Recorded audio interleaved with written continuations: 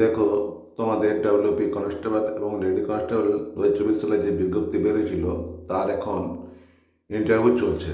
তো দেখে নাও তোমরা যে ইন্টারভিউয়ে কোন কোন জায়গা থেকে তোমাকে কত নাম্বার দেওয়া হবে। যদিও এটি আমার সম্পূর্ণ নিজের মতে, দীর্ঘদিনের অভিজ্ঞতার ভিত্তিতে আমি এই বিভাজনটি করেছি। তবুও তোমরা দেখে নাও, দেখে নিলে তোমাদেরই লাভ হবে, কেন তোমরা সেইভাবে ইন্টারভিউয়ে উত্থাপন করতে পারবে। তো দেখো, প্রথমেই তোমাদের ইন্টারভিউ প্রবেশ, এই প্রবেশের জন্য 2 নম্বর থাকবে।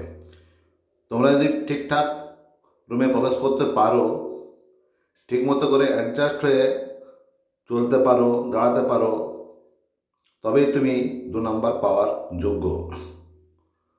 অবশ্যই তোমাকে রুমে ঠিকঠাকভাবে প্রবেশ করতে হবে। তুমি যে কোনখান দাঁড়াবে সেটা তোমার উপর নির্ভর করবে। তারপর এসো, দেখো তোমার পোশাক অবশ্যই ফর্মাল হতে হবে। যাতে তুমি ইন্টারভিউ ঢুকেছো, ইন্টারভিউতে এসেছো, তোমাকে দেখেই তো নাম্বার দেওয়া হবে, তাই না? তা তোমার পোশাক হবে পরিষ্কার পরিচ্ছন্ন। তারপর দেখো, রুমে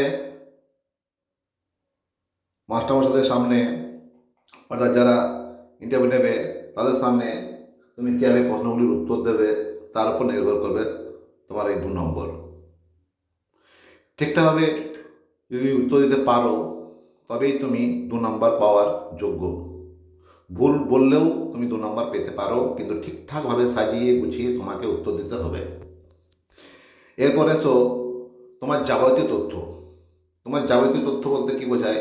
মাধ্যমিক, মাধ্যমিকের অ্যাডমিট সার্টিফিকেট, উচ্চ মাধ্যমিকের সার্টিফিকেট, গ্র্যাজুয়েশন সার্টিফিকেট, আরও যদি তোমার হায়ার কোয়ালিফিকেশন করা থাকে তবে তুমি অবশ্যই সেটা গোপন না করে দেবে। অর্থাৎ তোমার লেটেস্ট কোয়ালিফিকেশন এটা কিন্তু দেবে। তোমারই লাভ।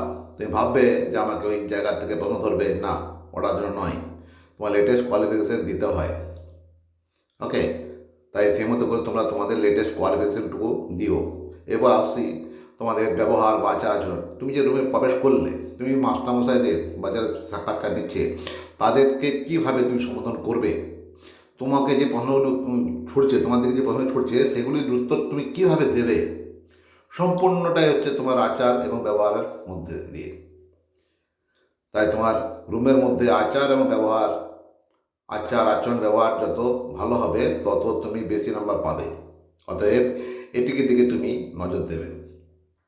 তোমাকে অবশ্যই নজর দেওয়া উচিত, কেন এখানে সবচেয়ে বেশি নম্বর আছে 4 নম্বর। যদিও এটা আমার যুক্তিতে, ঠিক আছে, যদিও এটা আমার যুক্তিতে সবচেয়ে বেশি নম্বর আছে 4 নম্বর। এটা কোনো পিআরবি বোর্ড বিভাজন করেনি, শুধুমাত্র আমি আমার দীর্ঘদিনের অভিজ্ঞতার মাধ্যমে এই নম্বরটুকু আমি বিভাজন করেছি তোমাদের জন্য। এরপর এসো তোমরা যে রুম থেকে প্রস্থান করবে, ইন্টারভিউ দেওয়ার পর তোমার তো রুম থেকে বের হবে। তো রুম থেকে কীভাবে বের হবে তার জন্য তোমাদের কত নম্বর দেওয়া হয়? আর তার জন্য তোমাদের নম্বর দেওয়া হয় 2 নম্বর। যদিও এটি আমার সম্পূর্ণ নিজের মতে, পিআরবি বোর্ডের সাথে কোনো সম্পর্ক এখানে নেই। আমার দীর্ঘদিনের অভিজ্ঞতার ভিত্তিতে আমি এই নম্বর বিভাজনটুকু করেছি। তাই তোমরা বুঝতে পারছো যে তোমরা 15 নম্বর কোথা থেকে কীভাবে পাবে। এই ভিডিওটি সম্পূর্ণভাবে দেখো এবং প্রত্যেক দিন অনুসরণ করো। তুমি ইন্টারভিউ রুমে প্রবেশ করার, কীভাবে বেরিয়ে আসবে, কীভাবে প্রশ্ন উত্তর দেবে। হ্যাঁ, তোমরা 2-4 জন মিলে অ্যাডজাস্ট করো এবং মক ইন্টারভিউ দাও, ডেমো ইন্টারভিউ দাও। যত ডেমো ইন্টারভিউ দেবে, যত মক ইন্টারভিউ দেবে, ততই তোমার সাহস ভাঙবে। ঠিক আছে? তো তোমাদের মোট কত নম্বর পরীক্ষা হচ্ছে? ইন্টারভিউ হচ্ছে 15 নম্বরের। ভালো করে সব কিছু দেখে নিও। সব যদি ঠিকঠাক থাকে তোমরা 15 নম্বর পাওয়ার প্রত্যেকেই যোগ্য।